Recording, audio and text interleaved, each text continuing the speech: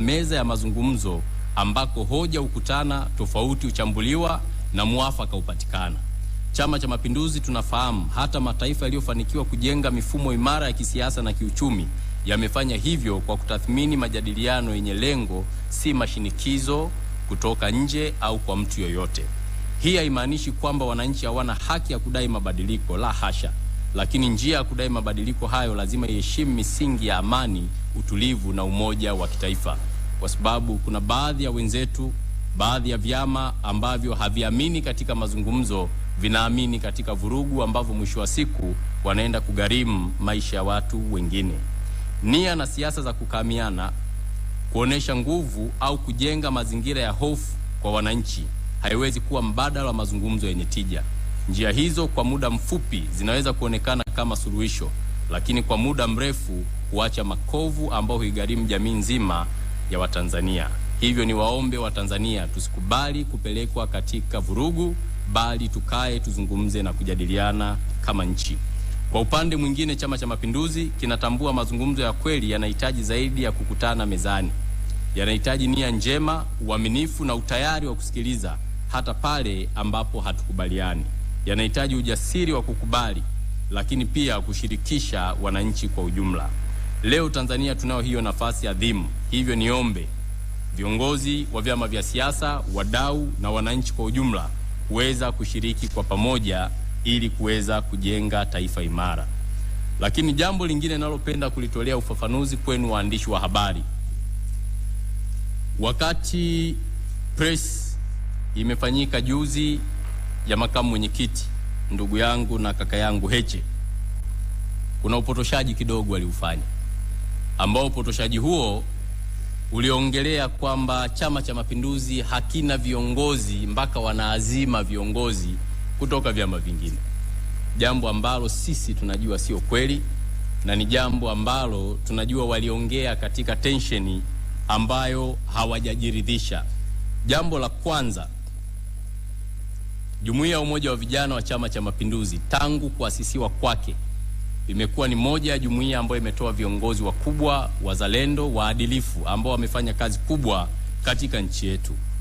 Na jumuiya hii imepika viongozi ambao leo tunaweza tukasema tunajivunia. Sasa wao walimtaja Mheshimiwa Katambi kama waziri wa mambo ya ndani, wakasema huyu tulimlea akiwa kule Bavicha, na hatimaye Chama cha Mapinduzi wamemchukua, wamempa waziri. Sasa sijui wana uhakika gani kwamba akiwa Bavicha alikuwa wa kwao, sijui wana uhakika gani, kwa sababu siasa ni sayansi, na unapoenda kwenye vita lazima uwe mjanja wa vita ili uweze kushinda nini? Vita. Sasa hilo jambo tunawaachia wenyewe homework. Kwa hiyo hata Heche anapokuwa pale, wanaweza kusema huyu ni makamu mwenyekiti wetu, kesho akija huku akawa kiongozi, wasije wakashangaa pia, kwa sababu Heche anajua nini na maanisha. Sasa ninachotaka kusema hapa leo, tukiongelea makamu wa rais wa nchi yetu Mheshimiwa Balozi Dr. Emmanuel Nchimbi, ni zao la UVCCM. Alikuwa mwenyekiti wa Umoja wa Vijana wa Chama cha Mapinduzi kwa miaka 10. Tunapomzungumzia waziri mkuu Mheshimiwa Dr. Mwigulu Nchemba, ni zao la Umoja wa Vijana wa Chama cha Mapinduzi.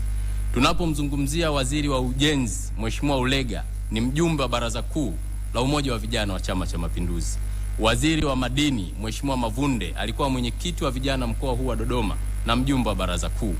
Lakini waziri wa viwanda, waziri wa nishati Mheshimiwa Ndejembi, waziri wa kilimo Mheshimiwa Chongolo, waziri wa utumishi Mheshimiwa Ridhiwani, naibu waziri wa mifugo Mheshimiwa Ngwasi, naibu waziri wa utumishi alikuwa hamasa kule, ambaye sasa hivi yupo naibu waziri wa fedha, pia ni kijana mdogo ambaye ametoka Umoja wa Vijana wa Chama cha Mapinduzi. Hapo hatujagusa wakuu wa mikoa ambao wametokana na chama hiki au jumuiya ya Umoja wa Vijana. Tukianzia Mbeya, yuko ndugu Beno Malisa, alikuwa ni makamu wa mwenyekiti wa Umoja wa Vijana wa Chama cha Mapinduzi. Ukienda Mwanza, yupo ndugu Mtanda, alikuwa mwenyekiti wa UVCCM wilaya ya Bagamoyo miaka hiyo. Ukienda Geita, yupo ndugu Shigela, alikuwa katibu mkuu wa Umoja wa Vijana, nafasi ambayo hata mimi nimeishika kwa miaka 2 kipindi cha nyuma. Ukienda Songwe, yupo mjumbe wa Baraza Kuu ndugu Jabir, yuko pale. Ukienda Shinyanga, yuko Mboni Muhita ambaye ni mkuu wa mkoa wa Shinyanga na alikuwa makamu mwenyekiti wa Jumuiya ya Umoja wa Vijana. Ukienda Iringa, yuko Comrade Heri ambaye alikuwa mwenyekiti pia wa Umoja wa Vijana Taifa. Singida, yuko mama yetu pale, mjumbe wa Baraza Kuu Ukienda Arusha yupo Mheshimiwa Makala, alikuwa mwenezi, alikuwa muhasibu wa chama hiki na leo ni RC pale, lakini ni zao la umoja wa vijana kwa sababu alishakuwa kiongozi wa vijana. Kilimanjaro yupo mzee wetu Nuruddin Babu, yeye ni mkimbiza mwenge miaka ya 80 huko, lakini ni zao la umoja wa vijana.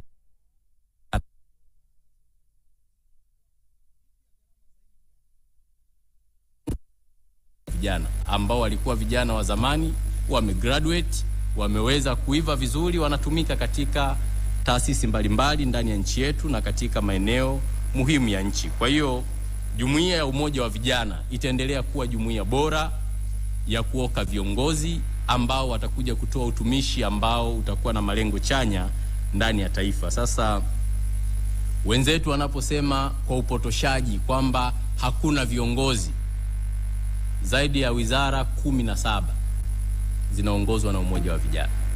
Ukienda kwa wakuu wa mikoa, zaidi ya wakuu wa mikoa 18 wametoka umoja wa vijana. Sasa nyinyi waandishi wa habari mnaweza mkajua nani muongo na nani ni mkweli. Lakini msisahau nilichowaambia, wanasema Katambi alikuwa wa kwao, mwaulize wana uhakika.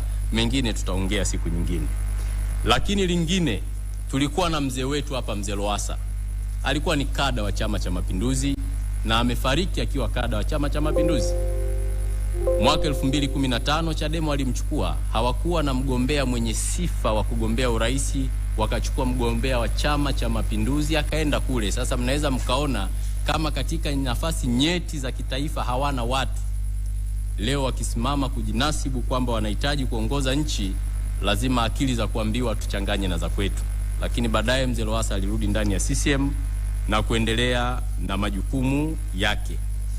Na jambo lingine nalopenda kulizungumza kwenu waandishi wa habari ni swala la kongamano ambalo ndugu Heche alifanya pale Dar es Salaam Landmark. Alikutana na watu aliyewaita yeye ni wasomi, lakini ukiangalia lile kundi la watu wasomi ambao wako mle ndani ni wachache sana, lakini wengine walikuwa ni watu wa kawaida tu ambao wao wanajua waliwatoa wapi.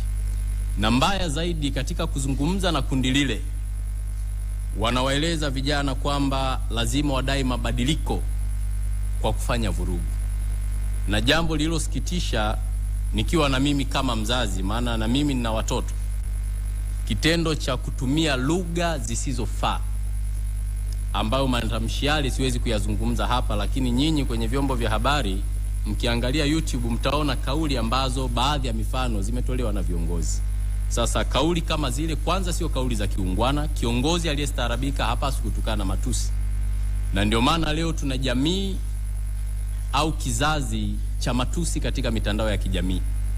Lakini kwa nini matusi hayo yanaonekana ni kawaida? Kwa sababu viongozi wanayaishi matusi hayo katika maeneo yao au katika mihadhara yao. Lakini nitoe wito mmoja kwa vijana wasomi wa nchi hii. Elimu ni jambo la msingi, lakini tunaamini wanazuoni wana maarifa makubwa.